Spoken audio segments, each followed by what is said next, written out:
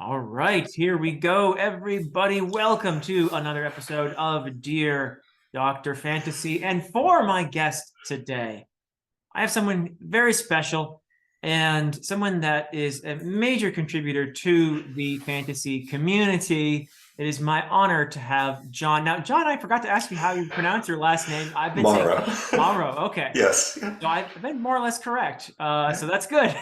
Yes. Yes. My family's Italian on my father's side, so yeah, the Good. origin comes from just outside of Naples. Oh, wonderful. Have you ever had the opportunity to visit that part of the world? So my wife and I did go to Italy as kind of like a second honeymoon many years ago now. We didn't get to my family's hometown, but we were able to explore quite a few cities there, and we absolutely loved it. You know, the all the art and the culture, and especially the food. Oh yes, the food. That yeah, Yeah. that goes without saying. That part of the Yeah. world, it's magnificent. So Yeah. wow, wonderful.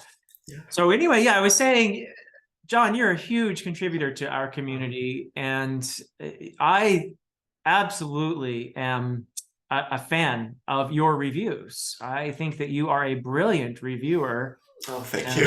and you have a gift for capturing what is the essence, I think, of a book in your reviews. You write for Grimdark magazine, and you Yeah. have other venues where you publish Also, your. before we go blog, Oh so I'm yes, there before we go too. blog. Yeah. Yeah, Yeah. yeah.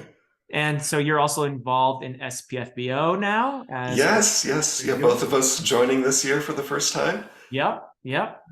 So very exciting, and I'm sure that will come up in the course of our conversation. Yes, Well, yeah, yeah, I'm really excited about that because yeah, there's just so many great books being published, both in the traditional community as well as the indie community, and I'm just well, I've started reading a couple of them, and I'm eager to dive into the rest too, and also see what books come up in the other blogs.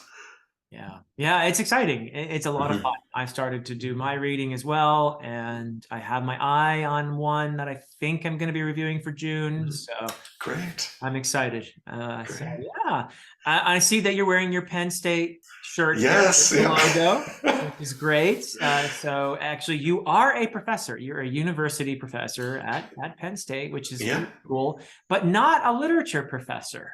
No, no. So my field is material science and engineering. So I'm one of, I think, 32 faculty members in our Department of Material Science and That's a Engineering at big Penn State. department. That's a big Yeah, department. yeah, it's a great department. So there's, we cover the full range of materials from metals to ceramics, glasses, polymers, and just so many great people to work with. And it's a really nice family-like environment. So my family and I moved here to Penn State about 6 years ago, Oh, and we absolutely love it. So I don't know if you know that this area is called Happy Valley, this area of central Pennsylvania. And huh. previously I'd worked with so many people from Penn State, and I'd always heard great things about the State College area and about Penn State. And I always just sort of nodded my head like, yes, yes, of course, it's great. But once we moved here and experienced it, it's really surpassed our expectations. It's been a wonderful experience here, and yeah, we just love it. And thank you also for all your kind comments about my book reviews. Please know I feel the same way about all of your reviews.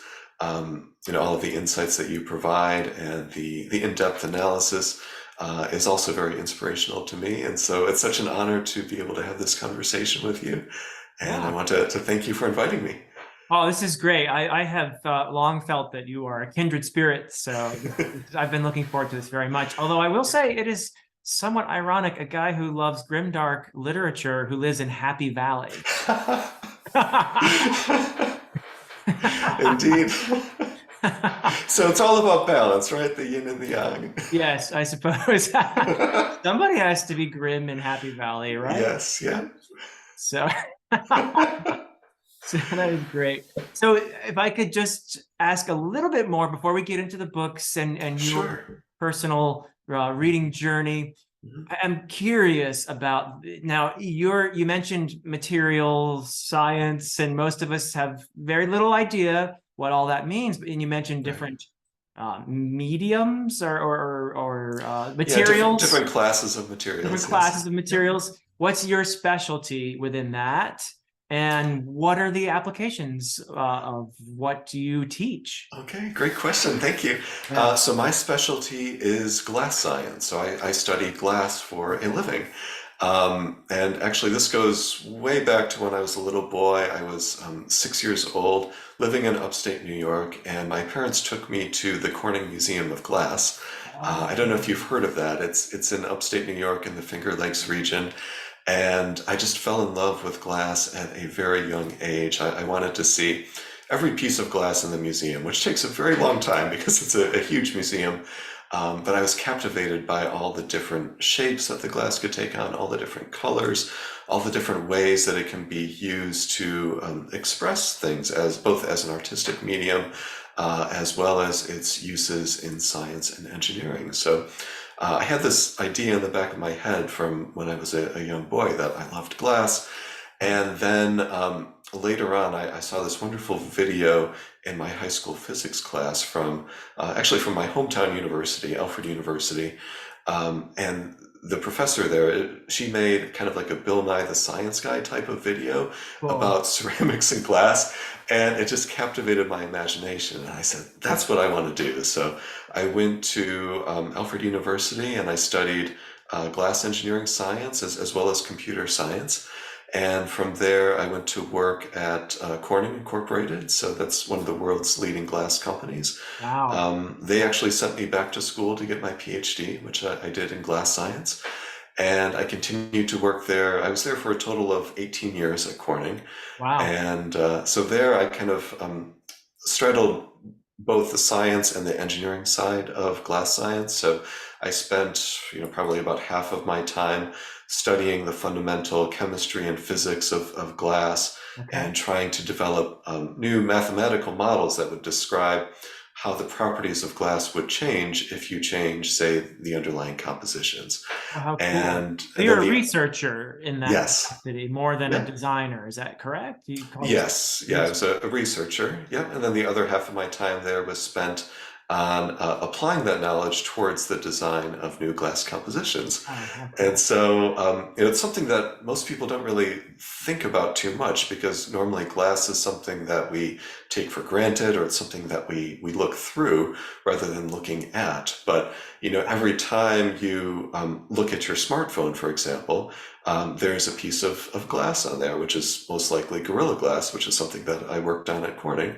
And whenever you're interacting with the device, you're touching that piece of glass. And so the piece of glass itself has become the primary interface between us as humans and these computers that we carry around in our pockets. And that has to meet a lot of requirements with respect to the optical transparency, the mechanical toughness of the glass. Right now, as we're speaking, so we're looking at each other through computer monitors, right? That computer monitor is two thin sheets of highly engineered glass that has all these little pixels that are semiconductors in between them. And it's the formation of how the pixels are lighting up that projects the image of both of us onto our screens.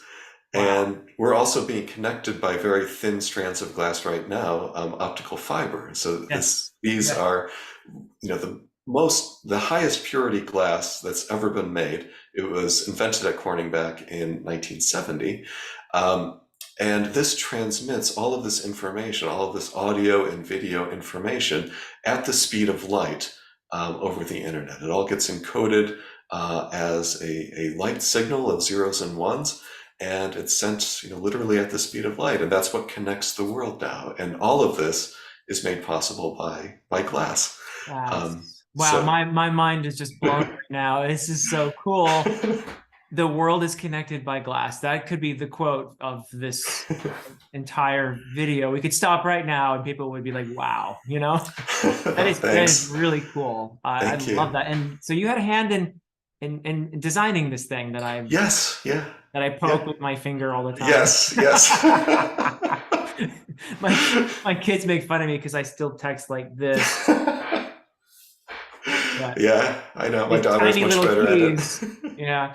Wow, I'm amazed. That is so cool. Oh, Thank thanks. you. And we do have a connection through glass in a way. You know way more than I do. It's not even close. but I am an admirer. I am someone who likes to look at glass because I'm a medievalist and I'm a huge fan of stained glass windows. Yes, yes. Right Which I chose. here. There you go. Yes, which I chose Yes. for my book covers. Mhm. And I guess Here's the other one. there we go. Yes, there they are. So, as a glass specialist, what do you think of my choice for stained glass windows on the covers? I approve. Two Okay. thumbs up. So the covers are beautiful. And when you did your cover reveal for, well, actually both the first one and the second one, I was really blown away by the beauty of the covers. I love how you're using, stained glass as a medium to express, these ideas that come from your background as both a medievalist as well as a fantasy enthusiast and author. And I think it's just they both look beautiful. And I'm a huge fan of stained glass windows too. And actually, have you ever heard of this urban legend about the supposed flow of stained glass windows over time? No, tell Oh, me really? about it. Okay.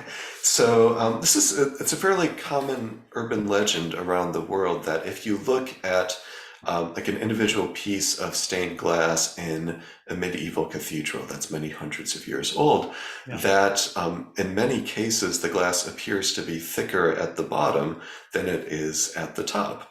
Okay. And some people have assumed because glass has a disordered structure, much like the liquid state, that the glass is actually flowing over the centuries, very slowly over hundreds of years.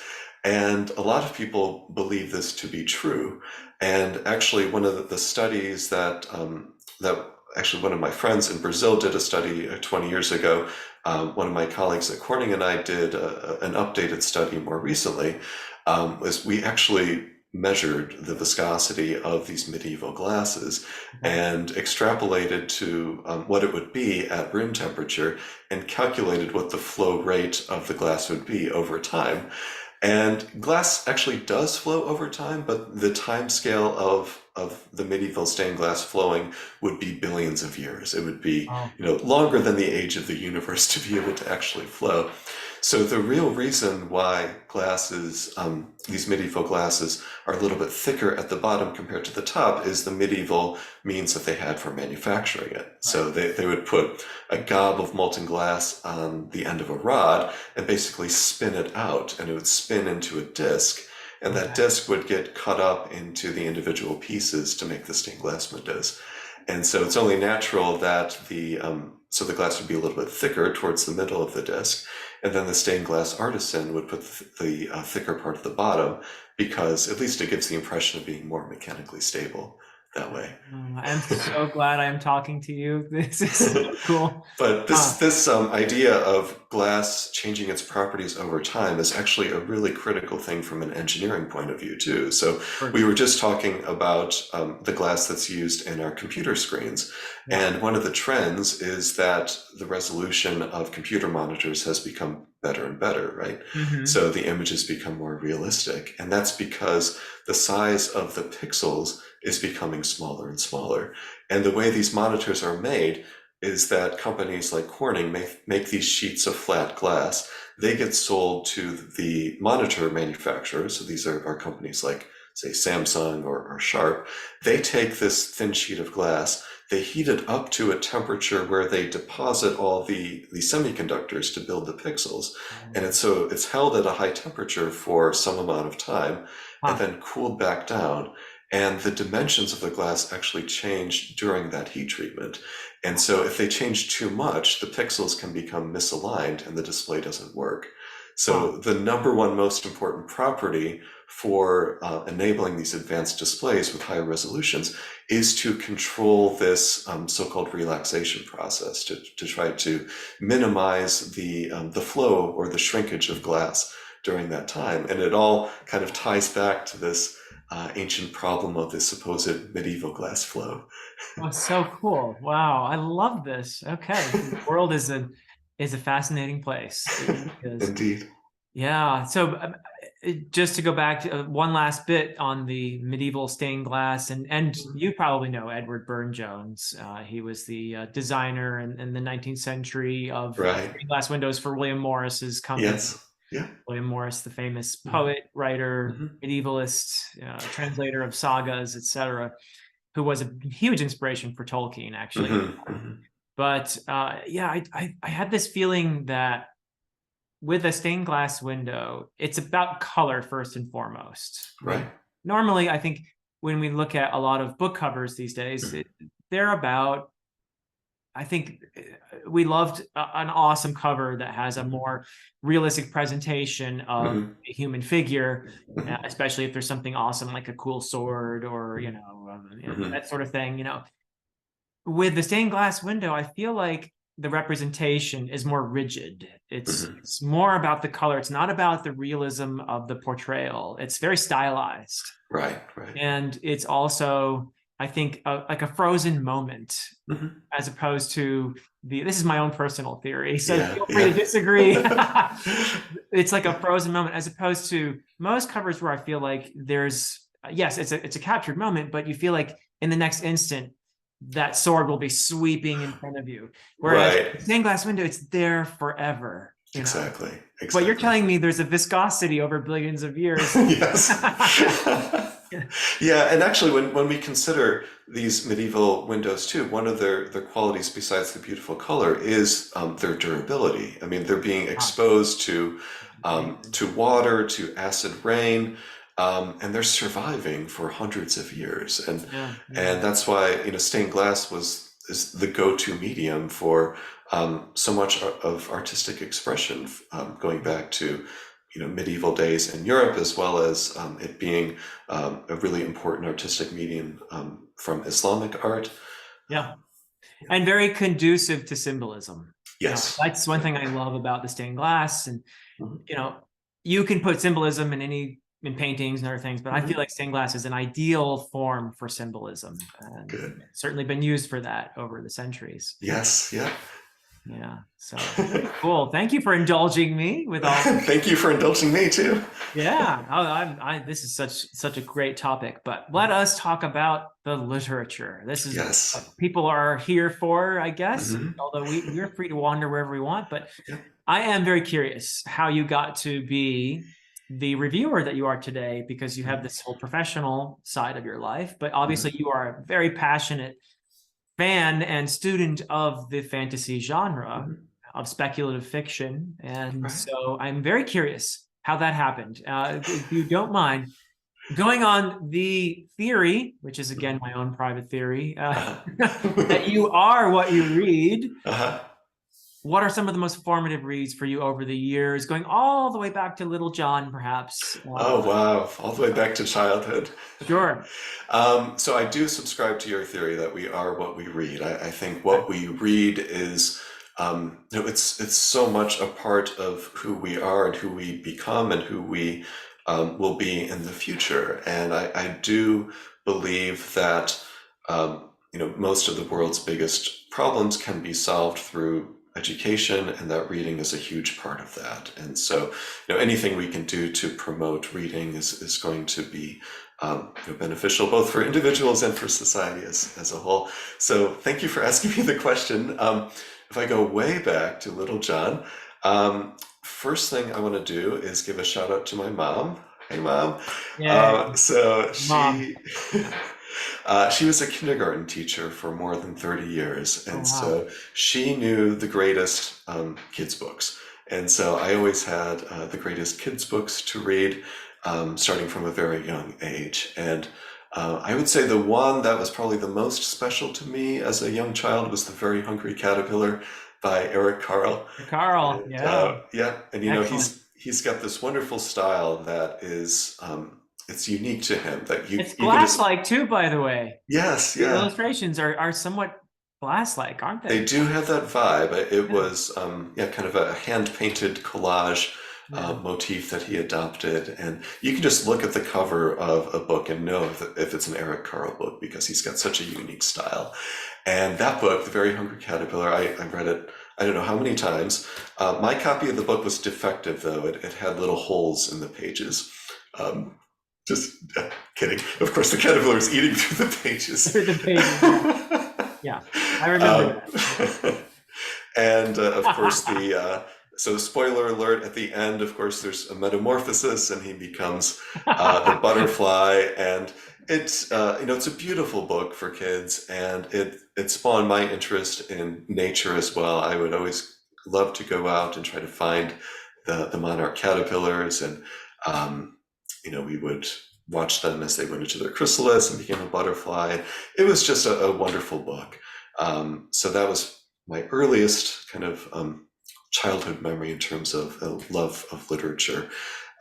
If we go forward a few years, one of my favorite series, I'd say my first favorite series, was the Old Mother West Wind Tales by Thornton W. Burgess. Okay. And he was a naturalist from, I think, like the 19 teens or 1920s, so going back a long ways. And he had a series of books about animals that lived in this forest, and each book would focus on a different animal. And I have very fond memories as like a 5 or 6 year old going to the local public library and checking out every single one of those books over time. And they were very old editions. They might have been original editions. And my favorite one was the one about Happy Jack the Gray Squirrel, because I love squirrels. And anyway, that was another one that this whole concept of animals going on adventures, something that my daughter loves as well. So I love that. And then I'd say the next big thing was when I was in sixth grade, in my English class in sixth grade, and my teacher was actually a relative. His name was Dennis O'Brien, and he is my mom's cousin's husband. So I'm from a very small town, so a lot of us are all related, and the school is kind of a family business. So not only was my mom a kindergarten teacher, but I had other family members working at the school as well. And what was great about this sixth grade English class is one of the books that we were assigned to read was The Hobbit. Oh, yeah. And this was my first, real fantasy book. And I just fell in love with that book, and it captured my imagination, and I needed to have more. It's like, what is this? I need more of this. So I asked, I had to call him Mr. O'Brien, even though normally I would call him Cousin Dennis. Is there more where this came from? And he's like, yes, there is. The Lord of the Rings. Ooh, good man. Yeah. And I spent, so many hours in the school library reading through The Lord of the Rings and rereading it. I still have my mass market paperback copies where the binding is all worn off because of all the hours spent against the desk. From there, of course, the Silmarillion. And of course, there were other fantasy series that I liked as well. We didn't have as many choices back then, and I think that's one of the things that has brought me back to this genre after so many years too, is the fact that there are so many new choices out there. But of course, back then, after Tolkien, there were the C.S. Lewis books, there was the Lloyd Alexander books, the Chronicles of Prydain. That's great. I love all the incorporation of Welsh mythology in those. The Once and Future King, of course. And so those were all great. Honestly, I was turned off a little bit from literature during high school years because we, had kind of books that I wasn't as passionate about that we were studying.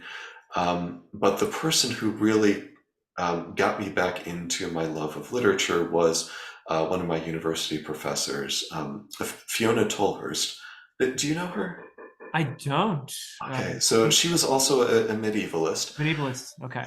Yeah. Her specialization was Arthurian legends, and specifically feminist interpretations of Arthurian literature.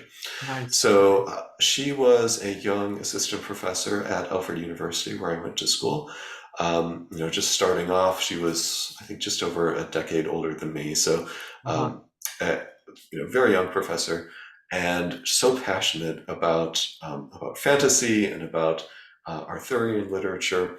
And I took 2 courses with her, and her selection of books just rekindled my love of reading. And well, I loved all the books that we read, but the one that captured my imagination the most was The Name of the Rose by Umberto Eco. Echo, yeah. Yes, yeah. And I loved everything about the book, the beautiful writing, the kind of Sherlock Holmes dynamic that was going on there. And so I definitely wanted more of that. So I continued to dive into Umberto Eco's work. That led to Italo Calvino and books like Invisible Cities and If on a Winter's Night a Traveler. And so this really opened the door for me to speculative fiction, magical realism. From there, I was able to discover a whole world of speculative fiction, focusing mostly on magical realism at first. So the author, one of my favorite authors is Haruki Murakami, the Japanese author. And I devoured every one of his books. And still to this day, one of my favorite books is The Wind-Up Bird Chronicle. And that is a book that has had a huge impact on me. And I would say there's probably half dozen other Murakami books that have had a huge impact as well. So him, Kazuo Ishiguro, Never Let Me Go was another book that had a big impact on me, and this kind of subtle sci-fi that he was using to probe the nature of what it means to be human. And Murakami was doing the same thing too. So I spent a lot of time reading magical realism, and then getting back into fantasy. I was actually surprised to see how big the fantasy community had become since I'd kind of stopped reading it for a number of years, that there were just so many new options available. One of the ones that really brought me back in was The Name of the Wind by Patrick Rothfuss, and just so beautifully written. And I formed a real emotional connection to that book. But the biggest of all, the greatest influence out of all of these that I've described would have to be Mark Lawrence's books. And I read the first series of his that I read was the Book of the Ancestor, Red Sister, Gray Sister, and Holy Sister. Read that first. Okay. Yes, yeah, I read that one first. And when I finished Holy Sister, I got to the end of the book and I felt like every emotion just stacked on top of each other in parallel. And I had been using Goodreads for about 8 years, just as a means to keep track of my books and to rate them. I'd never written a review. And when I finished Holy Sister, I just could not keep it to myself. It's like, I have to tell people about how much I love this book. And I wrote this very brief review for Holy Sister and put it on there. And, meanwhile, my daughter had become kind of a Goodreads star. So I had introduced her to Goodreads a few years ago to just as a means to keep track of her books, much as I had been doing, because she loves to read, she loves fantasy. And I thought this would be a great way to just keep track of what she's read, what she hasn't read, much as I had been doing. And she had started writing reviews on her own. And she became... You're following in your daughter's footsteps. Yes, yeah. She's my inspiration. Wow. So she became, at her peak, she was like the number 4 most popular reviewer in the United States. Whoa. She still has one of the most liked reviews like on the entire Goodreads site. That's incredible. And so I was, inspired by her and thought, hey, I can do this. Let me give it a shot. And it helped to, of course, promote the discussions that the two of us had together about our books and, sharing what we liked or didn't like about that. So that was a big thing. The inspiration from my daughter, the inspiration from Mark Lawrence from reading his books. Another thing that kind of spurred me to start was actually a tragic event, unfortunately. So this professor that I was telling you about, Fiona Tolhurst, we had kept in touch over the years, and we had, during the pandemic, we had a nice long Zoom call where we were talking about what's going on. I was telling her about all the latest books that my daughter was reading and so on. And I didn't have any inkling that anything was wrong, but a couple of months later, she unexpectedly passed away. Oh, I'm so sorry. And she Wow. was only 53 years old. Wow. She Yeah. was the chair of the languages department at Florida Gulf Coast University. And it just came as a shock to everyone how someone who is so full of life and always so jubilant about everything, how she could just be taken from us so quickly. Yeah. And Wow. so every time I write a review, I'm also thinking of her and doing this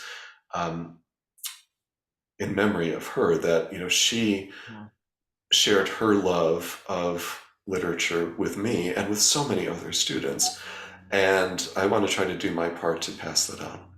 That's beautiful. You do touch a lot of lives, as you know, as a teacher, Yeah. and that's a beautiful testimony that you would think of her when you're reviewing. That's obviously she had a really tremendously positive impact on you as a student, and I'm sure that inspires you in your interactions with your students as well. Oh, absolutely. I mean, the students are here on campus because they are passionate about, whatever field they're studying, and because they want to learn from us. And I have been, so impressed with all the students at both the undergraduate and the graduate level since coming here, coming to academia back 6 years ago, and specifically here at Penn State, how students will just drop by with a question that they're curious about, or an idea where they think of a new way that, say, a material could be used to help solve some problem. And Yeah. there's just, so much passion there. And, our role as teachers is to help facilitate that and help them to Right. learn and to grow. And it's, so much of it is driven by them and by their passion. And our job is to help enable them to learn and to grow and to find their path, find their passions. And we're here to try to help make that possible. Yeah, that's exactly how I see it. Now, you teach primarily or exclusively graduate students, is that right? So I teach two courses at Penn State. One is an undergraduate course, and actually I have here. So this is one of my books, That's one of your Fundamentals books. of Inorganic Glasses. This is Oh, how co-authored cool. with my advisor, Arun Varshnaya. This is my undergraduate class, which is a senior level class, an elective class for material science majors, Okay. where we basically do the introduction to glass science. So Wow. what is the physics of glass, the chemistry of glass, some of the engineering and technology.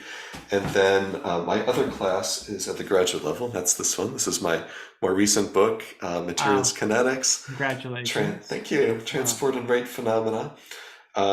And this is a required course for our graduate students. So for both Okay. our master's students and PhD students, we have 3 core courses that everyone has to take. Kinetics is one of them, and then they need to take some elective courses as well. So I Wow. alternate between those 2 courses. Okay. And in addition to that, I'm also the chair of our graduate program. Oh, So you're the chair. Okay. yeah, Oh, so man. I've got about 200 students in our graduate program that I'm responsible for. So that includes recruiting new students, that includes doing their Wow. orientation, taking care of any problems that arise, and trying to give them everything they need so they can be successful in their research and Huh. work towards getting their degrees. Wow. Huge respect to you for all that. My goodness. Oh, Also, I thanks. want to congratulate your daughter on such a remarkable achievement, being and having, just going out there and doing those reviews and all of that, and the fact that obviously these reviews resonated with so many people. That's amazing in someone so young. I mean, Oh, thanks. Yeah, I was shocked too. I had, no idea at that age that she had, started doing it with, yeah. and she's so productive too in writing these reviews, and that they've become so popular. So yes, I will definitely pass that along to her. Yeah. Yeah. That's very cool. That's very cool. So excellent. Well, you mentioned Mark Lawrence, and I figured maybe, just maybe, he might come up in the course of our conversation. Yeah, there was a possibility.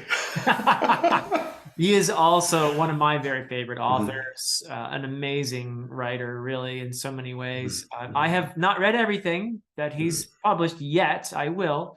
I've read the 3 trilogies at this point. And I started I did it chronologically. Okay. I was going chronologically until he came out with this book this year, which yes, I felt compelled. There it is. Book that wouldn't burn. Yep. So he ruined it. He made me go out of the chronological order. How dare he?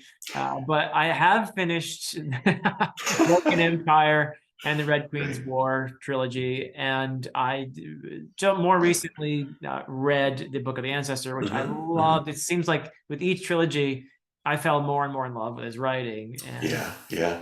The Book That Wouldn't Burn, I think, and now I want to wait a little while, but it just feels like, wow, this somehow is even on another level for me. It is. Right? Do you agree? Yeah. I do. He has somehow managed to come up with something that is wholly unique, not only from everything he has published before, but I would say wholly unique in literature. Period. Yes, full stop. While at the same time taking his writing craft to the next level. I mean, there's just so many beautifully written passages in that book, and so many places that are worth quoting, so many humorous moments as well, and there's a lot of subtlety that is built into his books too, which is something that I'm a big fan of, when it's not everything is like overt, on the page explicitly for you, but if you take the time to see some of these subtle connections, or read between the lines a little bit, there's just so much going on. And that's true for all of his books. There's so much going on underneath the surface. You can enjoy his books with a surface level read, but there's so much more going on beneath that, that helps to enhance the experience. And he's taken all of that in the Book That Wouldn't Burn and deepened it even more. Yeah, beautifully said. And I have to tell everyone, if you haven't yet read it, go read John's review of the Book That Wouldn't Burn in Grimdark magazine. It's an excellent review, the best I've seen. Actually, thank you. Fantastic review. And you mentioned even a few.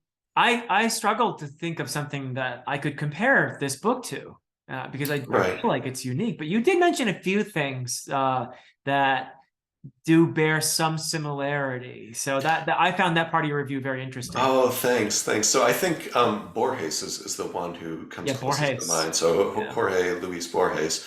And of course, that's a completely different genre compared to Mark. But this whole concept of an infinite library, that's something that Borges had used, and Mark Lawrence takes this in a different direction in the Book That Wouldn't Burn, but the concept was there with Borges. And there's also connections to, or at least I don't think there was any direct inspiration, but I can see some parallels between the Book That Wouldn't Burn and some of Haruki Murakami's work as well.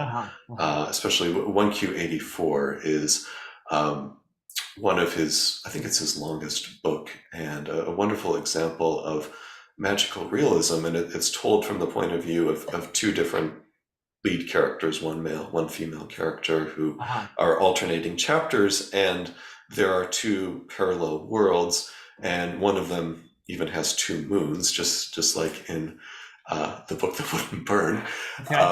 And eventually, of course, their paths are going to intersect, and a lot of it is the lead up to that, and then what happens afterwards. But Mark has definitely captured a lot of that spirit in his book too. But it was honestly a struggle for me to try to make some of the connections to other works because it is so unique. It is unique and genre defying, Yeah, genre transcending, I should say, yeah, yeah. in so many ways. And I did when I'm reading when I was reading his previous trilogies that I read, I Mhm. was happy to say, yeah, this is a great blend of Mhm. fantasy and science fiction. And Right. he just sort of does what he wants to do without thinking about genre boundaries. But this one I can't categorize really, and maybe it Yeah. doesn't matter. It's literature. It's just Right. Right. brilliant. But if someone wants to call it fantasy or science fiction, I have no objections. But or dystopian, yeah, I don't know. They all apply Yeah. to Yeah. some Well, degree or other. I guess I would call it just speculative fiction. So it Yeah, fits in yeah. that broader label. Bit of Um, romance even in there. So yes. yeah, Yes, a little yeah, bit.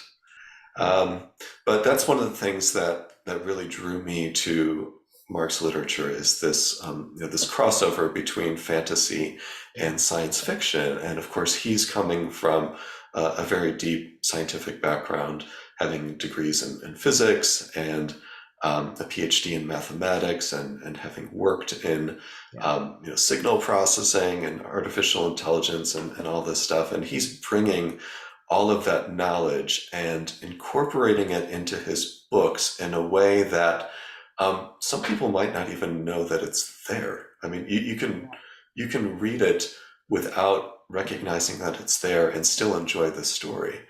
Yeah. Um, but if you look for these things and kind of look beneath the surface, there's just so much there. And the way that all of his books will connect with each other too, and his greater universe. And let's take the Book of the Ancestor, for example. So if you just read the Book of the Ancestor and nothing else, you think, wow, that's a great fantasy, right? And Yeah. it's a pure, just straightforward fantasy. Or so yeah, science fiction But that creeps in. Yeah. Yeah. yes, there's science fiction that creeps in. And if you, read his other trilogies and understand, the context for these supposed, magical abilities in the Book of the Ancestor, you will realize that they all have a scientific basis, Yeah. and you get insights into them from the other trilogies. Yep, that's right. That's Yeah. right. Yeah. And there's a certain character who pops in. Yes. And there's a reference to everywhere. Another hallmark of Yeah. Lawrence's, right, that was a deliberate pun. Hallmark. Yeah. Yes. Of I Lawrence's appreciate play. that. He probably won't, but anyway, another hallmark of his writing is the chronology. He messes with chronology. Yes. Yeah. And in the previous trilogies, it's been clever. I've enjoyed Mhm. that aspect of it. It keeps it interesting and fresh. Mhm. Mhm. And you can have parallel stories going on with the same character, but are they the same character because there are experiences that separate the character 3 years prior to you know Right. what I Right. mean? So Right. that's interesting. But in the book that wouldn't burn, Mhm. chronology is something that becomes just another like dimension here where he goes with Right. it. It's Right. amazing, and that's a side. Yes, yeah, yeah, and how he plays with the flow of time. And this is something that he also did brilliantly in his Impossible Times trilogy, Okay, I haven't his read that yet. sci-fi trilogy. So that Yeah. one, honestly, that one I put off for a little bit because I thought that it might be like a second tier trilogy or something like that, but it's not. It is Huh. every bit as good as his other trilogies. And and he plays with time travel, and he does it in a way that makes sense, Cool. which is often not the case in books that employ time travel.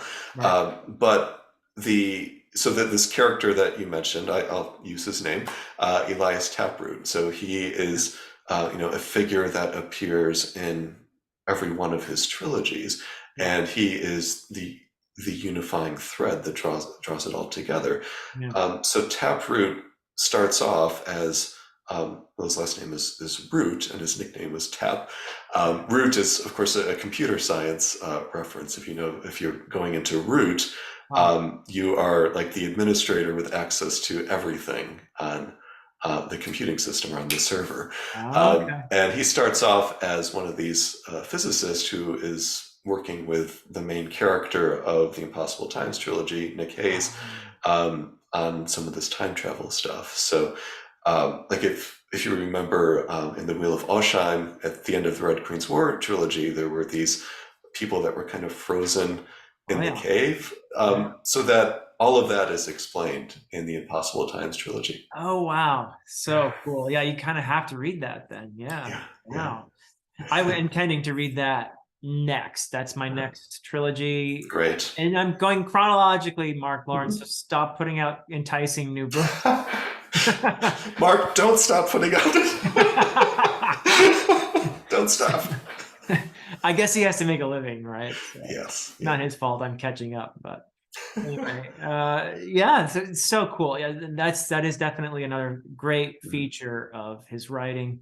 And there's more. I love his characters. His Mhm. characters are very relatable and lovable. Nona, for me, I got to the end of Oh, she's wonderful. she's one of my favorite characters of all time. Mhm. And I'm wondering if a couple of the characters in the library trilogy are going to give her a run for her money. So we'll see. Maybe they just might. They just might. But I think yeah, they could. Nona is one of my all-time favorite characters, and the ending of that trilogy, the ending of Holy Sister, was just so perfect, and I love how she's both severely broken, but at the same time this genuinely good person who unlike say Jorg or Jalen who have more significant character flaws.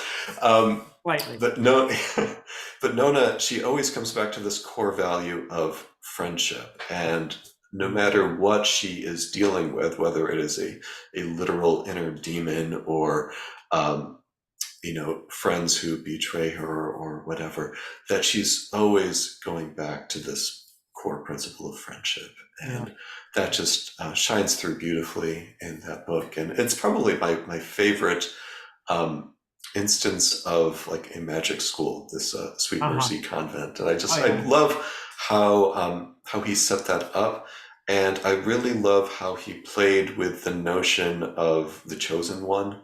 Mm, Most of the time when you go into a book like that, it's obvious who the chosen one is, right? It's the right. main character, and he keeps messing around with that in that Mhm. trilogy, especially in Bread Sister, where Yeah. at first you think it's one character, then you think, oh no, it's this other character, then you think, oh no, it's this third character. Actually, this other one, and then you're Uh, like, well, what is the what? chosen one anyway? Yeah, it's like, does the chosen one really exist? Yeah. Yeah.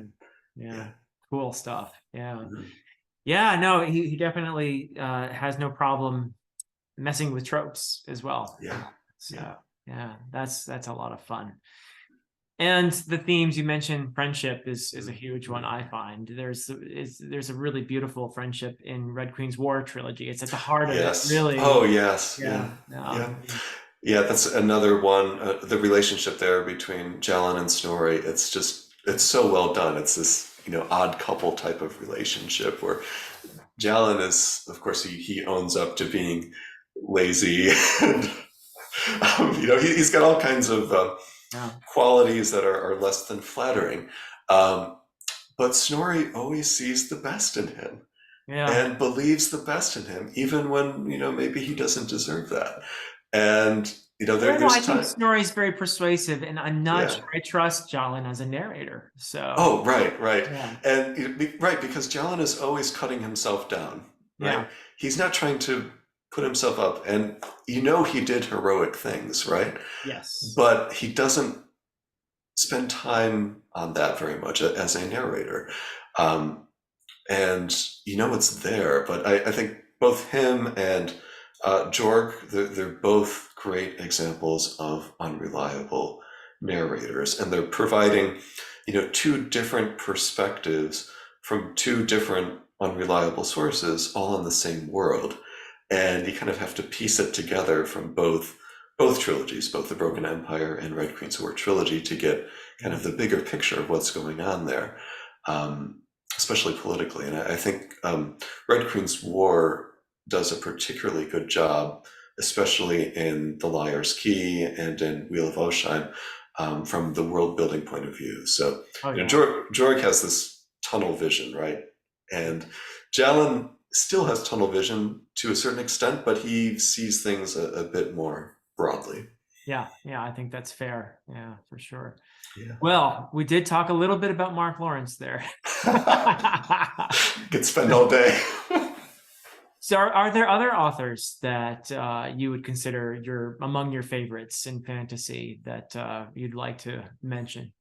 Fonda Lee has become another favorite of mine too. So Yeah, the Green cool. Bone saga is Cool. just brilliant. You know, the entire trilogy is, and I love with Jade City what she had done in kind of mashing together different genres, like the classic um, Godfather type of gangster motif with an Asian-inspired fantasy world and bringing in martial arts and of course the magical aspects related to Jade. And she just does it so well and has created you know, such wonderful characters and the relationships between those characters. And of course that continues with the next two volumes, Jade War and Jade Legacy.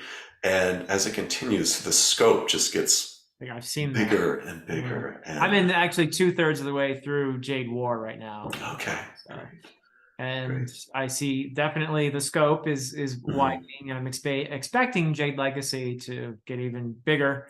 It does it even more, and then it includes the next generation down as well. And I was actually a Wow. little bit apprehensive, honestly, because I've read so many of these kind of multi-generational epic historical fiction type books where Yeah. you know it's all of these, they go back to Gabriel Garcia Marquez and 100 Years of Solitude, and Yeah. many of them I've loved, but it has become such a common um, kind of a common trope in that genre that my Mm. sort of tolerance for it has waned over time. And so I was a little bit apprehensive with her adopting that in Jade Legacy, but she does it so well. Interesting. And I just, yeah, I thought that it's probably the best out of the three books of the trilogy. She had a really strong finish. Hence the title Legacy. Yeah, So interesting. Yeah, I that's tough to pull off, I think. it is. The fact is, it's hard to build a compelling character. Mhm. Even if you Yeah. stick with that one character in a whole trilogy or series, you're just tracing that character's Yeah. journey, maybe over the course of a year or two or Mhm. whatever. But to create compelling characters from generation to generation, that's a bold move, I think. That's tough Right, to do right. well because you have to kind of start all over again in a way. Yeah, yeah. I've seen some time jumping a little bit already, even in Jade War. Mhm. Now you're telling me it's just gonna be even more, really, it sounds like. Right, right, So that's tough right. to pull off. Exactly, because the author has already spent all this time to help develop the emotional connection between the reader and the Yeah, current set of characters, and now they're saying, now you have to care about this new generation of characters. And yeah, I yeah. think there's always some resistance on the part of the reader, like, no, those aren't the ones that I care about. And so it's Right. a bigger challenge for the author to get them to care. And Absolutely. yeah, she Yeah. did that really well. And her new novella, Untethered Sky, is just beautiful. It's Okay. like this type of instant classic, kind of like fairy tale type of story that's it's just beautifully written. Nice. So I was lucky enough to get an advanced reader copy of that well before its publication, and I just absolutely loved it. My daughter read it as well and loved it and did her own review. So note to publisher, they got 2 reviews out of 1 arc. That's a good deal right Yeah, there. Yeah, yeah. yeah. That's awesome. Is Untethered Sky an introduction to a new series or a new world that It's you're gonna be it's a writing in? Just standalone. standalone novella. Yeah, Okay. Interesting. yeah. Okay. Yeah. Wow. Well, fondly, then I'm glad I'm in the middle of that trilogy, Greenbone Saga. I've heard so much love for it that I couldn't possibly Yeah, not read it. So I'm yeah. happy to be in the midst of it and finding out because I think the majority of people who love that Mhm. trilogy agree with you that Jade Legacy is where it really it's the best of the three books. So, Yeah, she broke my heart by the end of that trilogy. oh wow. In a good way. In a good way. Yeah, yeah. We we we Fiction readers are an odd bunch. We enjoy having our hearts broken over Yeah. and over. Yeah. But that is a function, of course, of literature, isn't it? Is to help us to deal with life and Exactly. Yeah. yeah. Yeah. So, And to help us to understand more about who we are and who other people are, and how we interact with others, and um, gain perspectives on people who are different from us, and that's something that we need so much more of in this world. And yeah, yeah. yeah. Wow, fantastic. Mhm. Well, and unless there's some other authors you want to mention among your favorites, I feel like we could be talking about SPFBO a little bit here. Sure. The two of Yes. us Yeah. judging Let's together. segue into that. Yeah. Okay, nice. So how Yeah. have you been finding the experience so far of being a judge for SPFBO? It's so much fun. So I've, over the past couple of years, enjoyed reading and reviewing SPFBO books, but I have not been an official judge. So this is, not counted towards any of the contests. So this year I'm joining the Before We Go blog SPFBO team is led by Beth Tabler. And we have a team, I'm not sure exactly how many members are on the team. I think it's about 8 or so. Wow. And so it's probably the biggest, or maybe one of the biggest teams out of the 10 official judges. I'm slightly envious because I'm going solo. Okay, yeah, I want to ask you about that too. Yeah. But on our team, basically we've got a spreadsheet where people are signing up for the books that they want to read, and most of them will have more than one person read it. So we've got multiple perspectives. Oh wow. Yeah, Whoa. You're not even assigning, okay, you have these 3 or 4, you have these, you get to read whatever you want. whatever we want. Yeah, yeah. Wow. You guys that's so nice. And the discussions have just been wonderful. So, Oh, I bet. people are just dropping in what they're reading, what their thoughts are on the current read. So many great discussions are happening, and we're offering our own individual perspectives, and then saying, okay, what do other people think if you have the opportunity to read this? So, for example, the first one that I read is a book. I guess I shouldn't name it yet, because I don't want to tip my hand or anything. I'm trying to keep things under wraps until I Yeah. actually release a review. That's, I guess, how Right, I'm handling it. But yeah, I don't. Yeah. There's no official rule there. No.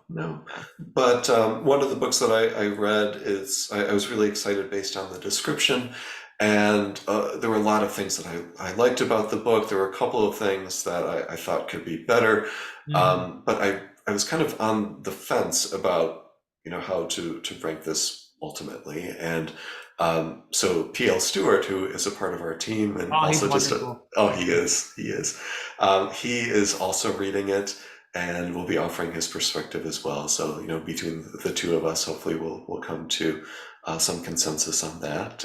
Nice. And then there was another one that I'd finished reading that I also kind of had mixed thoughts on it. A lot of things that I liked and some things that I didn't. And we'll have another team member read that. And then another one that I just absolutely love that I think is a strong contender for a finalist. And Wow. several of the other team members have been reading it. And so far the praise has been universal. So that's kind Wow. of the one to beat at the moment, but we still have a lot more books to get through. But that's exciting. Yeah. I mean, that's ideal that you already are Mhm. discovering a book that you want to shout about Yeah. and tell people, hey, however far it goes, because that's the tragedy, I guess, that this is in a sort of competition format, which gets people excited. It gets the Yeah. attention, so it's the way to do it. But Mhm. I feel bad in a way because I have 30 books and I might have 5 or 6 among those, who knows how many, that I feel could be strong finalists, but I only Right. get to put forward one. Exactly. Yeah. Exactly. I mean, ultimately, it's one winner out of 300 books, but they're all a winner. They're all winners in the sense that they're all getting some publicity out of this, and Yeah. there will be semifinalists that get some additional publicity, and then, of course, the 10 finalists, one from each of the blogs, Right. and of course, we'll all read all 10 of those. But could you tell me about your decision for deciding to become a judge, and sort of take on this whole group of 30 books on your own. That's a lot. Yeah. Yeah. I wanted to contribute to the self-published fantasy community in some form or other. And I've had my eye on SPFBO. I have been hearing about it over the last couple of years more and more. Like you, I'm a fan of Mark Lawrence, so that's one way I've been hearing about it, but I've just been hearing about it independently as well, because of course Mark is the one who started this whole thing. Right. And I talked to him a little bit about it when we had our episode of Dear Dr. Fantasy. Right. And I'm sure he's told this story numerous times, but he just wanted to give back something after having the success that he's had. So I think that's just a wonderful thing, that somebody with that level of success would turn around and offer a helping hand, Absolutely. to people who haven't had quite maybe the same luck, so that's just fantastic. And and he knows, and everyone knows, you're not going to be able to shine a spotlight on every single deserving book, because there are just so many. But this is this is better than nothing. This is better than no spotlight at all. So so I thought, wow, this is a very cool thing. This resonates with me, and this is something that I'd love to contribute to. And lo and behold, he reached out to me, because every year, one or two of the judges, it's a lot of work. So people, say this was great, but I think I need a break right now. Just understandable. I'm totally understandable. And so the opportunity arose, and he said, "Would you like to be a judge?" And it was just an easy decision for me to make. So even though I have published my own books, I've self-published, I could have otherwise entered The Way of Edan into this contest. Right. I thought, what's going to be more meaningful to me in the end? Yeah. And I actually talked to him a tiny bit about this earlier, before he asked me if I even wanted to do it. And I said to him in a sort of conversation, I feel a little bad about entering my book, because yes, okay, I've worked for more than 3 years to build up a platform on YouTube, but I have a platform. I have a certain number of ears that are going to hear about my book no matter what. And this contest exists to give an opportunity to great stories that otherwise might not have any spotlight, that nobody might hear about, even though they're great stories. So I didn't want to take a spot from somebody who doesn't have a YouTube channel with thousands of subscribers. So, it just didn't feel quite right to me. Yeah, I think you made the right decision there. I mean, this is a way where you can be actually even more involved as a judge, and it's a way to give back to the community as well, just as Mark Lawrence has given back in creating the contest.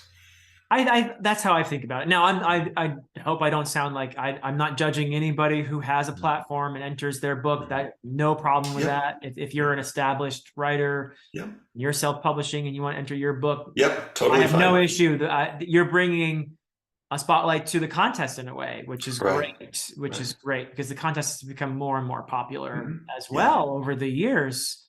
41 minutes it filled up in time. I can't believe it. 300 books, and then of course another like 70 some were submitted after the deadline, just to have some backups in case some of the original 300 don't meet the criteria. It's amazing. So, and next year it's a pretty safe bet, I think, that the time is going to decrease. I just wonder how much it's going to decrease by. But it's a really, I feel, rewarding thing to be part of, and I'm very grateful to Mark for asking me to be involved, and grateful that the contest exists at all. It's a community building thing. It is. It's fantastic, and I know we had our unwanted controversy this year. Oh dear. Came out of, well, I mean, in retrospect, it didn't come out of nowhere, I suppose, because the AI business has been increasingly probably on people's minds over the last few years, and causing some anxiety, and more than anxiety, a lot of upset people about. Because it's existential for some people. It is. It's a threat to their careers. And, Yep. So there are a lot of people who are on edge about this issue, and unfortunately, inadvertently, SPFBO got sort of dragged into that for a moment. and it wasn't the fault of the author. It wasn't the fault, certainly, of Mark Lawrence, who. Oh, he did such a good job handling that difficult issue. He was fully transparent with everything, fully objective. Yeah. I thought he handled it beautifully. And I feel really bad for the author in Yeah.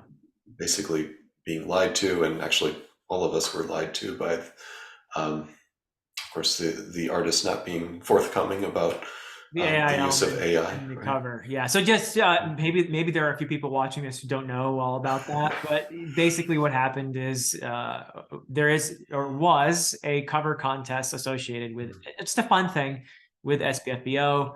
There's a public vote on it, and then the judges vote on it, and the winner gets recognition, and that's about it. So there's not really high stakes, really, but nevertheless, the cover contest does entail the author of the book submitting it, and one of the questions is this book in any way, shape, or form? This is not an exact quote, but is there AI involved in the generation of this cover? And it's supposed to be a no. If it's a yes, then it's not eligible for the contest. So the author, from what he knew, was told by the artist, no AI, so entered the contest, won the contest. And if he hadn't won, it probably wouldn't have blown up, but he won the contest. And then there are some artists on Twitter who noticed, who were very, we have to say, perceptive and saying, there are AI elements in here. And there was a range of reactions there. Some people were, I think, very polite about it, and others were very upset because, again, this is an existential threat in some form. So, and it turned out that the artist had used some AI in that. So it was a bit messy, honestly. It was. I mean, it was supposed to be a just fun addition to the SPFBO contest, but this year it was not fun. Unfun. So unfortunately, Mark has pulled the plug on the cover contest. Understandably, it turned out to be a huge headache that not one of any one person's making, but and we're probably going to have to deal with books written by AI as well. There are plenty of people out there who, and I'm not arguing one way or the other, but there are definitely people out there who believe that it's a desirable, legitimate way to write a book is to have an AI come up with the story and then to tweak it or whatever. I wouldn't do that based on my limited experience with ChatGPT. It sucks. It does. Writing it's actually pretty awful. It's very cliche written.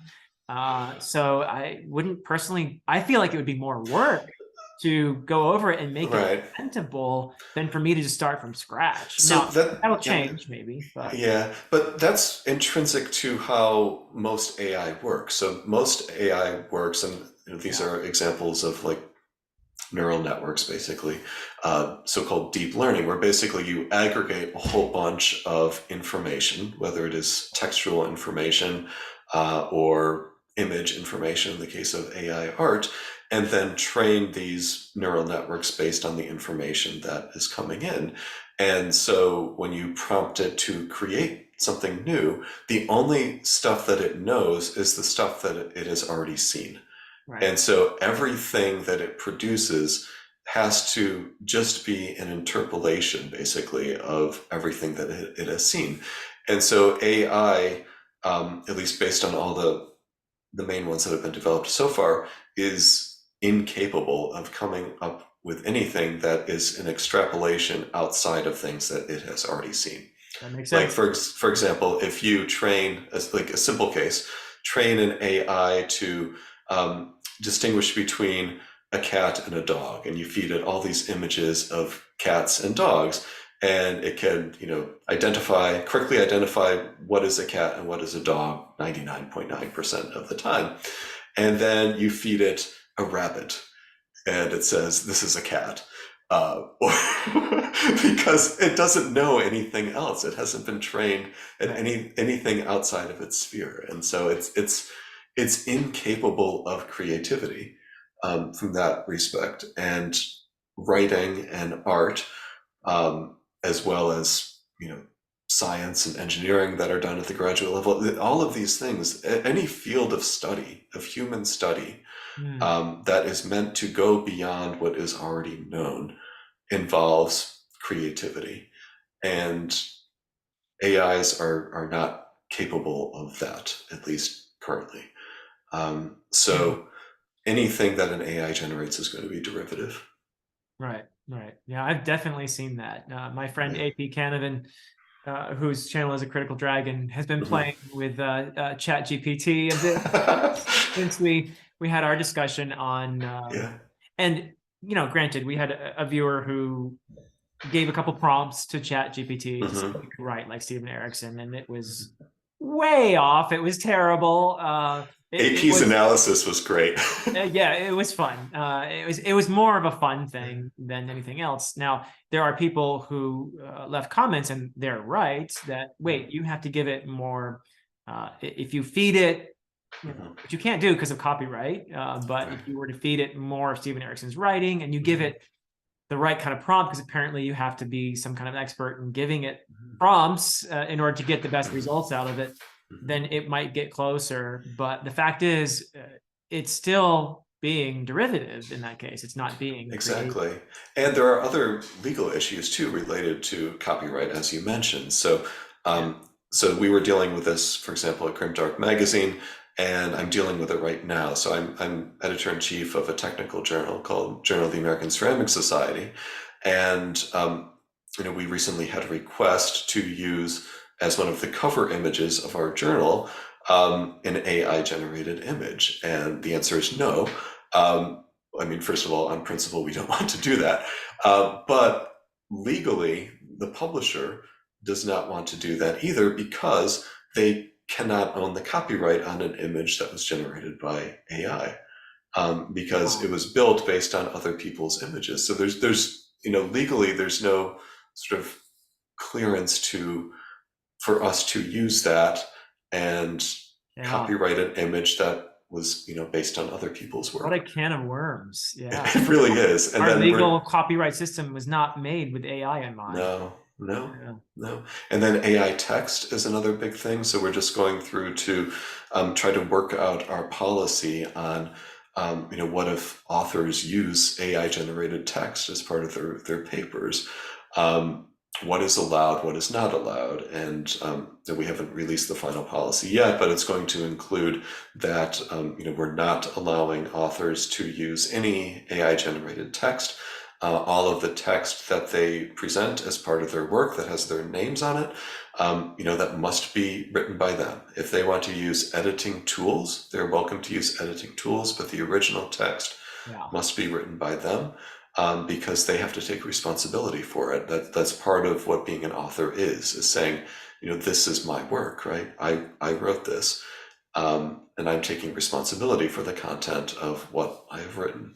Right. And they cannot do that if the text is generated by AI.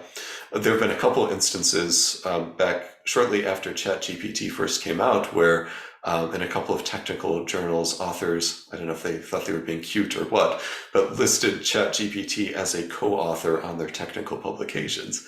And of course, I think pretty much every publisher is disallowing that at this point.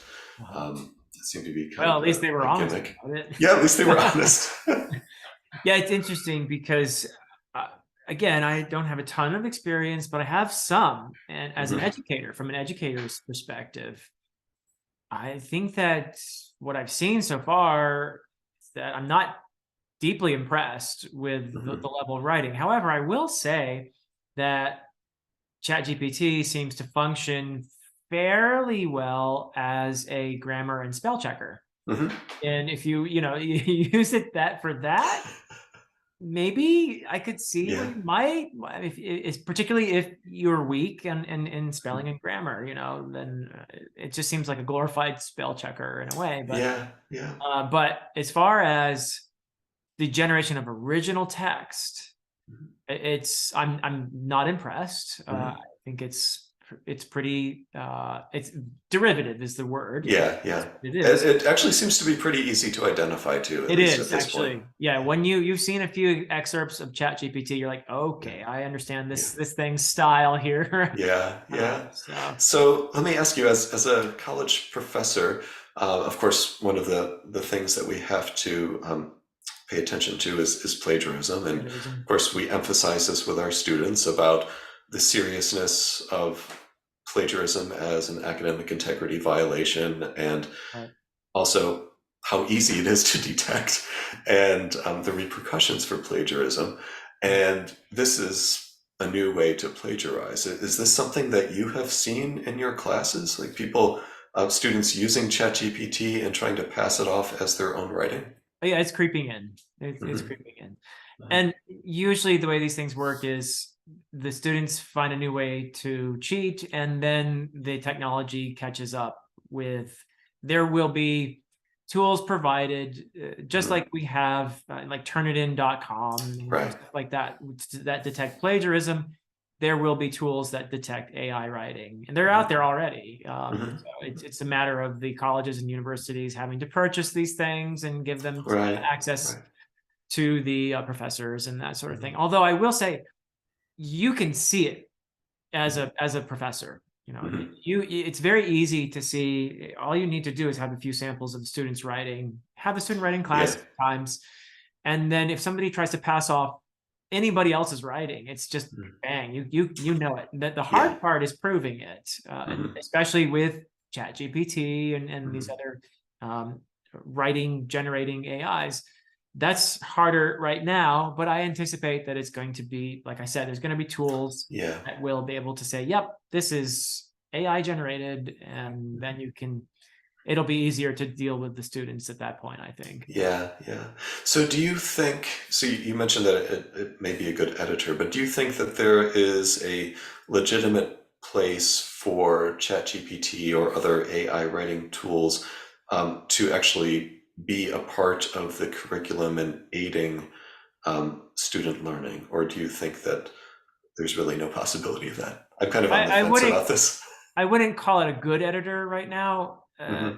It might get better, but in terms of just purely spelling and grammar, if you have somebody who struggles in those areas, it will find things to correct Hmm. in that person's writing. No question about it.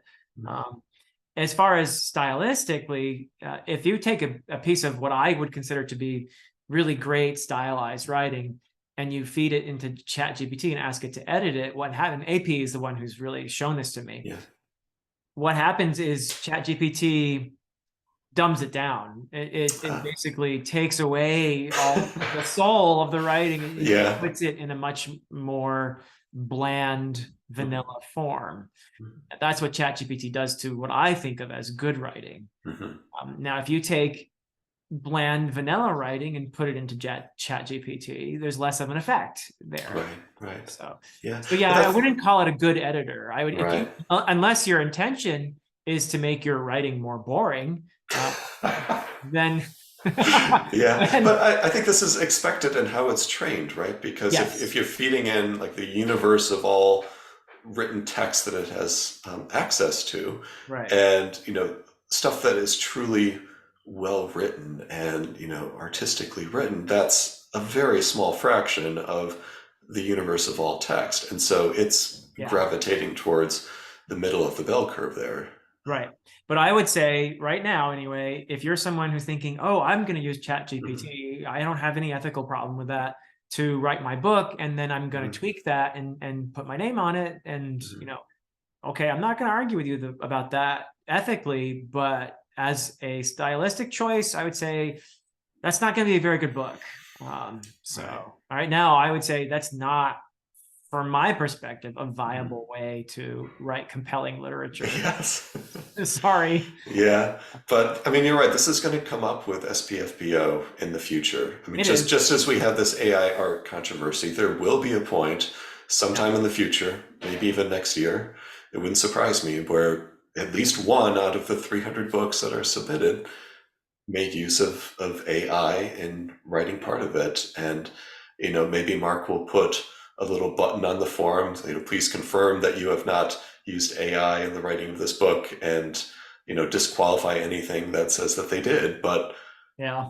people lie, and Well, unfortunately, it may come to a point where, and maybe these tools will be accessible and easy to use. I would hate to think it would be a major expense of any kind, but yeah. maybe it'll come to a point where every submission is automatically run through an AI detector, Right.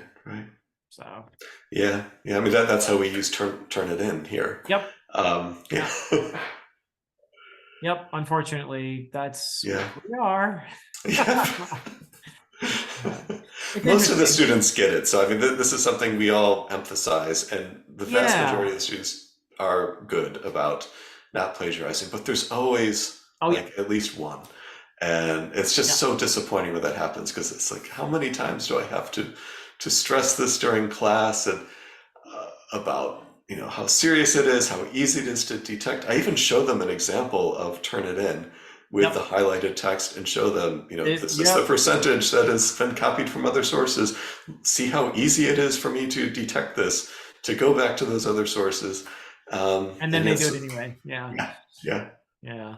No, I do the same thing at the beginning of the semester, and I tell them several times, look, if you're in a tight space, I know life happens. You might feel tempted because of whatever reason you weren't able to get to the assignment on time. You might feel tempted to do the easy thing and take some writing from somewhere and present it as your own.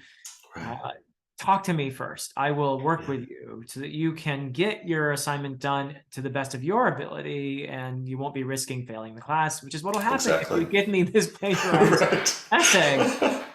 So that's what I emphasize, and I still, like you said, somebody one or two a semester will still do it. So yeah, but most want to learn. I think you don't learn by pilfering someone else's work and putting your name on it. Exactly. And so it just from the perspective of wanting to emerge from this course of study, being competent in this field, you should do your own work, right? If that's your goal. Unfortunately, the emphasis in our education system is often, oh, I need an A in this class. I want to learn these skills. It's, oh, I need an A.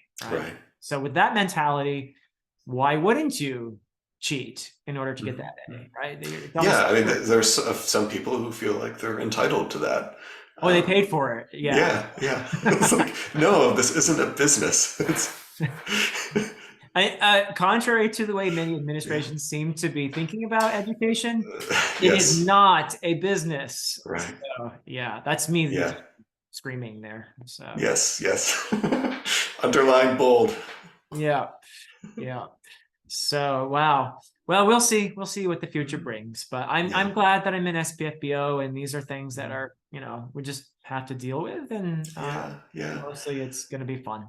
Yeah, and I must say, I've already discovered so many wonderful authors in the indie fantasy community, and it is such a great supportive community. That's one of the things that has struck me, is how people build each other up, and you can see this across platforms, and there's just so many great books being published out there too, that this kind of older notion that somebody would only publish an indie book because they can't get a traditional publisher, or that there's some sort of gap in quality between indie and traditional, that's just not true.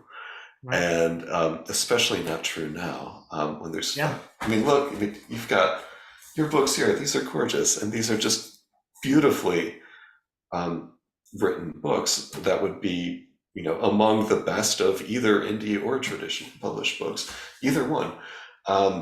And there are so many other examples. Like, some of my favorite books over the past couple of years have come from the indie community.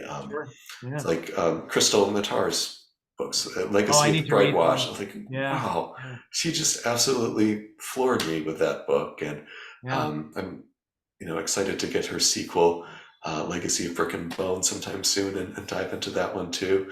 But Norilska Groans by Michael Fletcher and Clayton Snyder, just what a great example of Grimdark.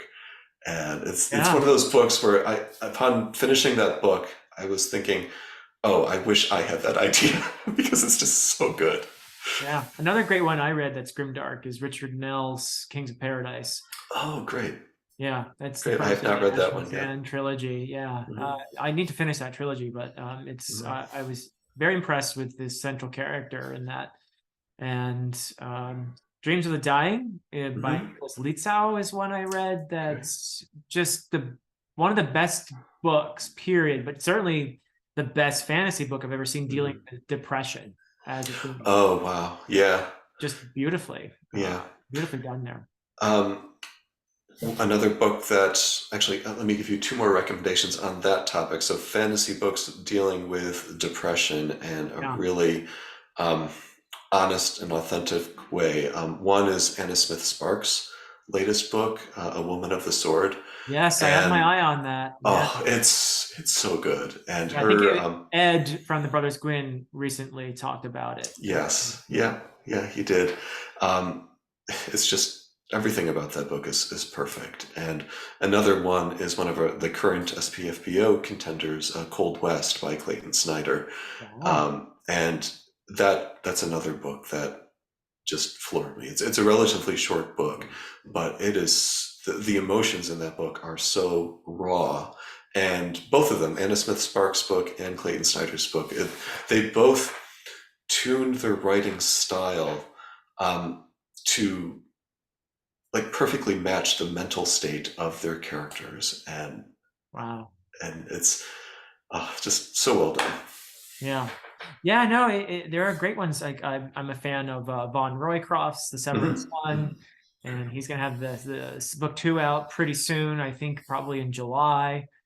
So I'm excited for that. It's just it is a golden age for self-publishing fantasy. It It is. really is, and it's because the community has grown up. Yes, the technology has been a huge factor in this, but Yeah. also there's a community now. You have editors out there, people who are really good as any editor at a major publishing house, whose services you can engage if you can afford it. Now, I understand it's very expensive. It's cost prohibitive for a lot of authors. I get that, but it exists. It's not something that really existed, a couple decades ago, perhaps the way it does now. Right. And the artist community is there, Yeah. the designers who are out there, Yeah. All the pieces are there. all the pieces. Yeah. If you want to put together a book that is every bit as quality as something that traditional publishing can put out, you can. Yeah. It's viable. They say it's around $5,000 to $10,000 to be able to put that together. And I know it's the other piece of all this is marketing. Yes. So that's where SPFBO is such a great thing. But It is. The fact of the matter is most self-published authors still are not going to make what they put into their book. Yeah. And as a textbook author, I'm curious to see where this goes in terms of textbook publishing too, because I know self-publishing is an option now.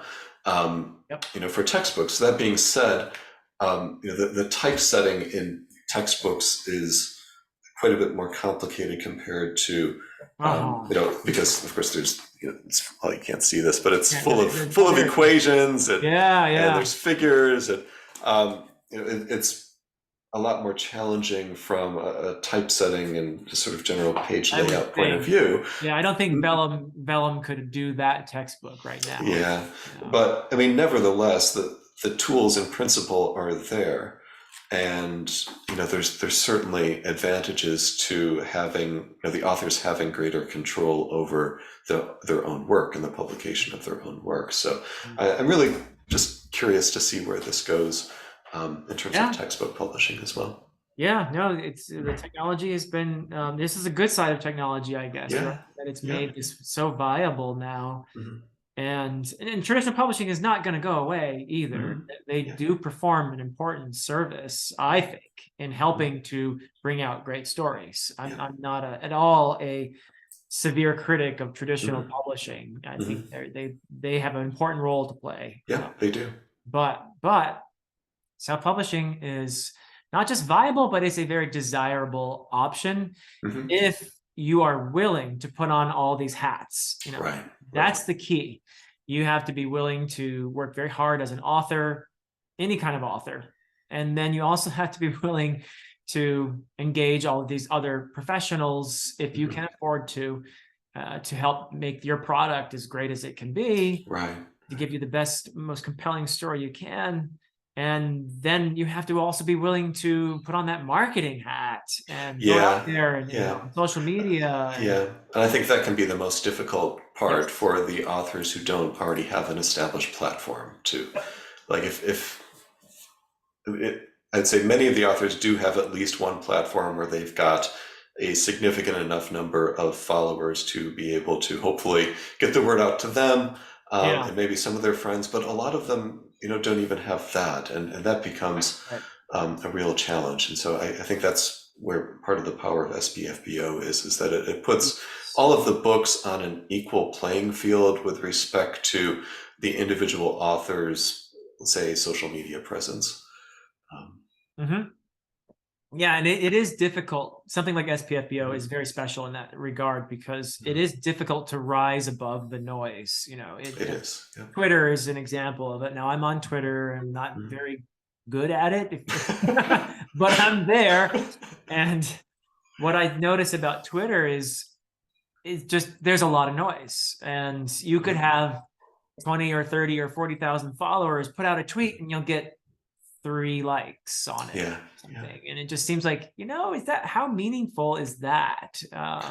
Yeah. It's useful to, get out the word or something, but It has the potential to reach an enormous audience, but Yeah. then figuring out yeah. the way in which the algorithm works, so that you're able to achieve that's another question, especially when the algorithm itself is continually changing. Yeah. Oh my goodness. I will never figure out an algorithm for on any platform for any amount of time. Yeah. So I just do what I want to do and hope that somebody likes it. Yes. That's my strategy, if you could call it that. Yeah.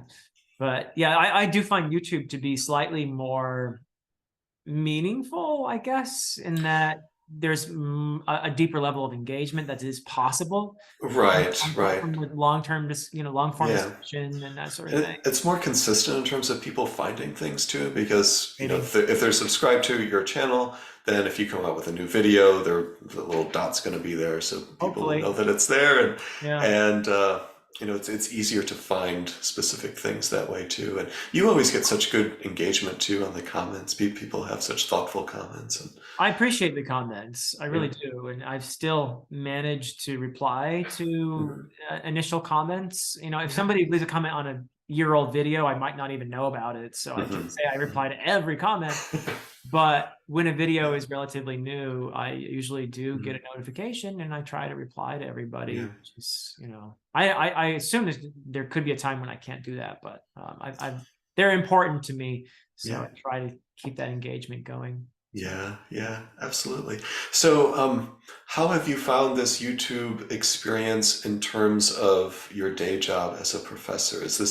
I'm assuming that, having all this experience and being on camera and, the way that you're able to express your thoughts such a coherent and eloquent fashion, after clicking the record button, right? That, the stakes are a little bit, or the pressure is on a little bit more there compared to, the probably slightly more informal in-person type of setting. But have you found that your lecture style or engagement style in the classroom has evolved as a result of your YouTube channel? Yes, absolutely. I do feel that I've become a better teacher and lecturer after starting the YouTube channel. Just because making videos on YouTube, I hope I've gotten better at it, but it has a way of training you to articulate yourself in a more succinct manner and in a way that is more engaging for the person you're talking to. A lot of times it may be surprising to people that if you were to speak with your normal tone of voice in a YouTube video, people will find it very flat. And what you learn very quickly is I had to be a little more animated than I really wanted to be to keep people watching that beyond the initial 30-second drop off, on which happens in every video. So at least my videos anyway. So, I think that happens to everybody. Probably does. Attention spans are short. Yes. So you have like 30 seconds or less to grab that person and say, my video is worth watching. And my videos are like an hour long.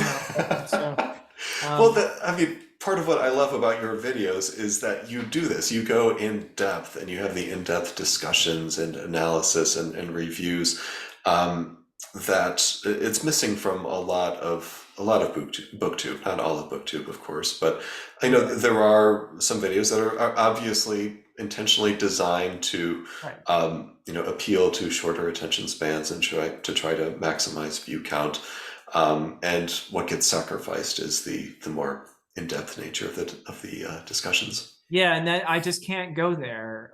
First of all, I would be terrible at it. And secondly, it's not what I want to do. I'm not interested in, and by the way, I will watch people's channels who do these skits and that are long or whatever, and I'm entertained. I get it that we're in a time when a certain segment of the population does skew young, but not exclusively. They spend a lot of time just scrolling through, one thing to the next on these various platforms. And that's like, they can spend hours like in this trance, just going through boom, boom, boom. And every little thing they see is like 30 seconds or less. So it's like their brains are trained that way now, I feel like. But that's not what I do. I would be bad at it. And so I'm here for longer discussions, in-depth stuff. That's what I want. And if YouTube buries me because I refuse to make shorts, then so be it. I'm not gonna make shorts just to be a big YouTuber. Right. So are your students generally aware of your channel, or do you kind of? They usually find out about it, and some have been very supportive. Some are subscribers, and they tend to not be my most prominent commenters, but once in a while they'll come in and say, "Hey, Dr. Chase," That's great. So I love that when I hear from a student or former student. I love it. And so there's awareness among my students and colleagues that this exists. And I ironically initially made the channel, really the main reason was as a supplement to my fantasy novels course. My fantasy novels course is gone now. But the channel lives on. The channel lives on, and it's the place where I can engage. Thank goodness I started the channel, because I wouldn't have a place to engage with people with this wonderful community otherwise about the novels that I'm so enthusiastic to talk about. And so thank goodness, because due to a lot of administrative decisions and at the state level and local level and just higher trends in higher education, the humanities in general and literature in particular has been diminishing in higher education. I'm sad to say the number of courses that we can offer in literature at my college have shrunk. We used to offer 3 times as many literature classes. Wow. Is that a result of lower enrollment in terms of your major, or is that more of a result of funding decisions? Yeah, you can't explain it just in terms of enrollment. Now, the pandemic was bad for enrollment, no doubt. But I'm in a part of the country, and I think you are too, where the younger population is shrinking. That demographic is shrinking right now. But you can't explain it even with that. It's really also due to a de-emphasis on the humanities in higher education. You don't see it, I think, at the most prestigious schools. They're still emphasizing the humanities for their students. But unfortunately, and I strongly disagree with this trend, and I find it offensive, actually.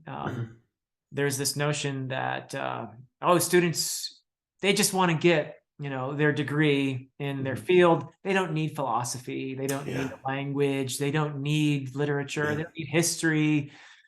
Just let them get their degree and get out. And I find that notion offensive, actually. I mean, there's no way to get a well-rounded or complete education. Well, there's no such thing as a complete education, but Yeah. I mean, we're trying to have, teach our students and help them grow as thoughtful human beings. Right. And, in order to do that, they need to get a certain level of education Yeah. in the humanities and the social sciences. And, I and mean, of look at course, you. You talked in the beginning of our conversation about this professor you had, oh, so a she out literature of, professor, yeah, yeah, right? You weren't there for literature. You were right. a science student, right? She, I would say more than any other professor outside of my field, had the greatest impact on me as a person and me in terms of my career too. So Wow.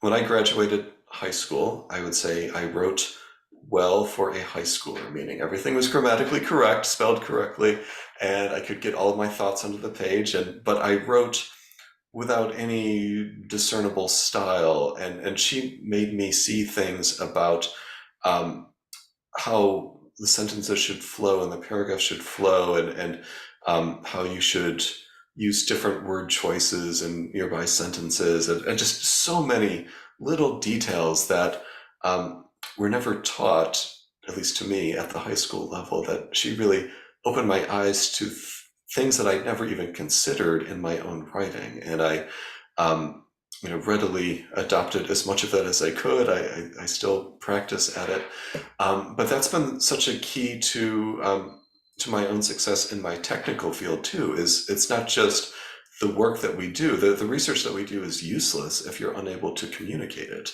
Right. And I've published now hundreds of technical articles in scientific journals, as well as my two textbooks. Books, yeah. And I've always tried to pay attention to writing style, and that's something that is missing in a lot of technical fields. They take the kind of just the facts approach, just get the information out there, and it's written in a way that's just not engaging. And when somebody picks up one of my papers or my textbook, I want to pull them in from the first paragraph, just like you want to pull people in from the first paragraph in a work of fiction. It's these skills translate across fields. Yeah. And I want to do that in my writing, and I want to do that in my oral communication. So I try to do the same thing in my lectures. And all of that came from my English courses. I would not have that otherwise.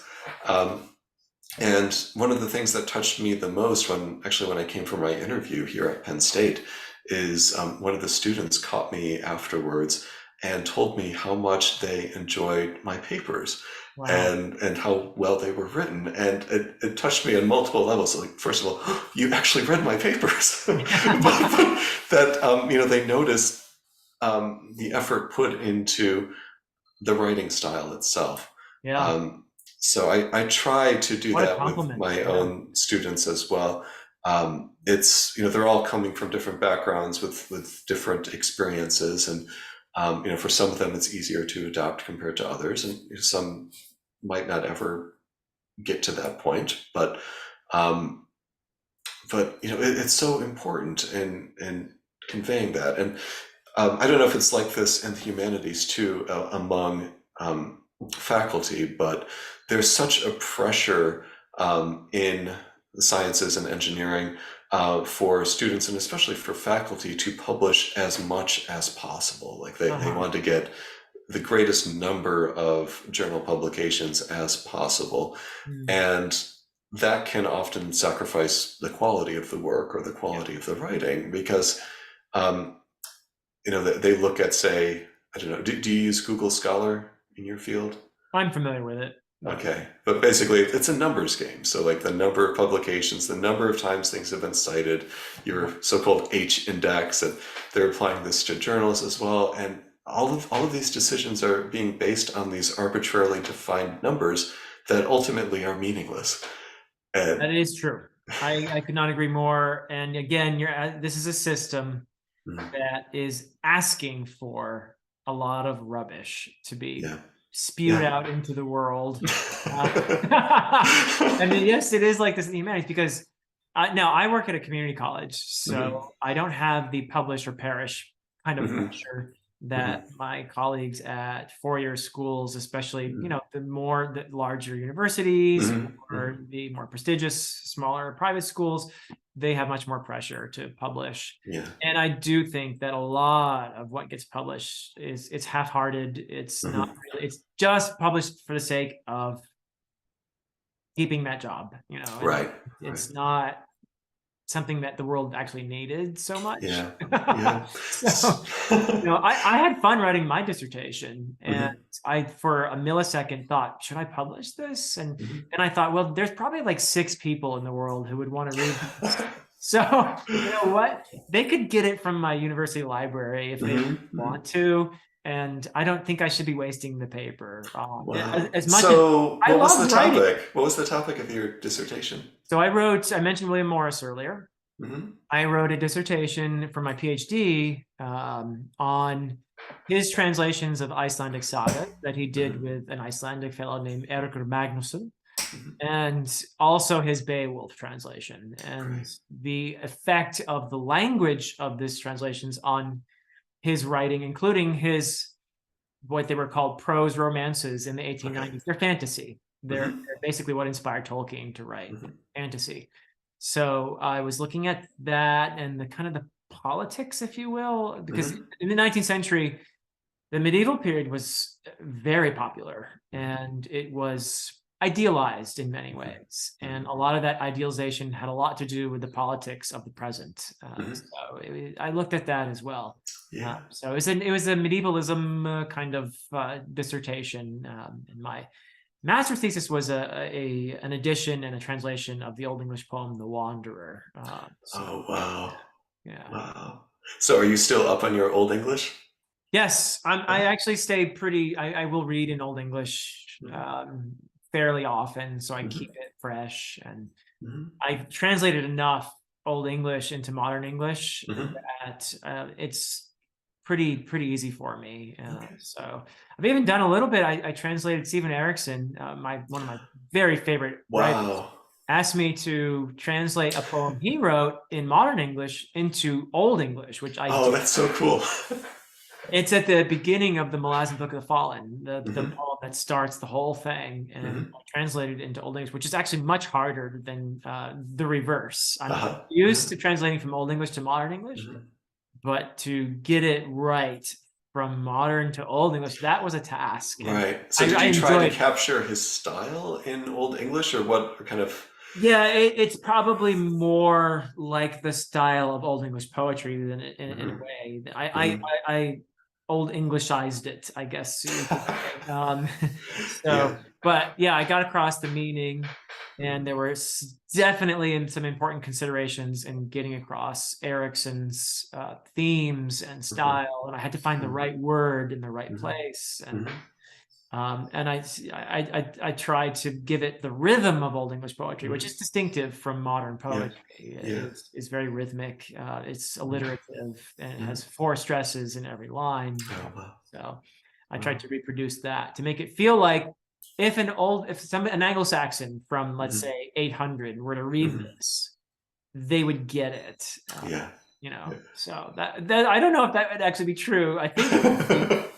But maybe 900 actually, because I use a more modern form of West Saxon Old English. So, but yeah, no, that was fun. So I have stayed fairly current. I haven't bothered to publish stuff though. Yeah, but has it influenced your Way of Edan trilogy in terms of the names and so on? Oh yeah, it's pervasive in my fantasy writing. The Old English, the Old Norse, the Welsh. I learned Welsh when I was younger. Nepali as well. I lived in South Asia and in Nepal. So yeah, those languages and cultures have definitely been very key to not only the portrayal of certain things in there, but even the themes that I explore. Yeah. So I'm about a quarter of the way into the Prophet of Edan right now. Wow. And yes, I was hoping to get a little bit farther, but I haven't had enough time yet. But I can see some of, I think it's a Buddhist influence too, in especially with Day Raven and the training that he's getting. And I thought I detected some Welsh influence too. So, Oh yeah. Yep. yeah. I went to a conference in Wales many years ago, and one of the cool things they did was they took all of the titles and abstracts of our presentations and translated them into Welsh and gave us a Welsh. Welsh program. Nice. I like it. I like it. And probably most people there could not have pronounced the name of their own paper. Not at all. Yeah, it is very different from English. Yeah. And it's not an easy language to learn either because of all the mutations involved. Right. Right. And certain sounds that Mhm. do not exist in English are in Welsh. Mhm. But I had fun learning it when I was a Mhm. young man. So, yeah. Yeah. Great. Well, this has been a ton of fun, John. Oh, likewise, Philip. I Thank mean, you for having me on. oh, geez. I mean, I was looking forward to this so much. And Yeah. like I said, I think we have a lot in common and lots of Absolutely. shared Yeah. passions. So I Yeah. enjoyed every moment of this. And I want to wish you the best as an SPFBO judge, as an educator, as a dad. And All the same to you too, Philip. thank you. Thank you so Thank much. you. Yep. And happy reading to you. And also to everybody who's been watching. Thank you so much for watching. Check out John's reviews in Grimdark magazine. And where's the other venue where people can? Before we go blog. Before we go blog, I'll include links to both of those publications in the description so that you can find them. But some of the best reviews you will find around, very eloquent. And if John praises a book, you're going to feel like running away and picking it up and reading it immediately. So check out those reviews. Well, thank you so much, Philip, and thanks everyone for watching. All right, everyone. Until next time. Okay.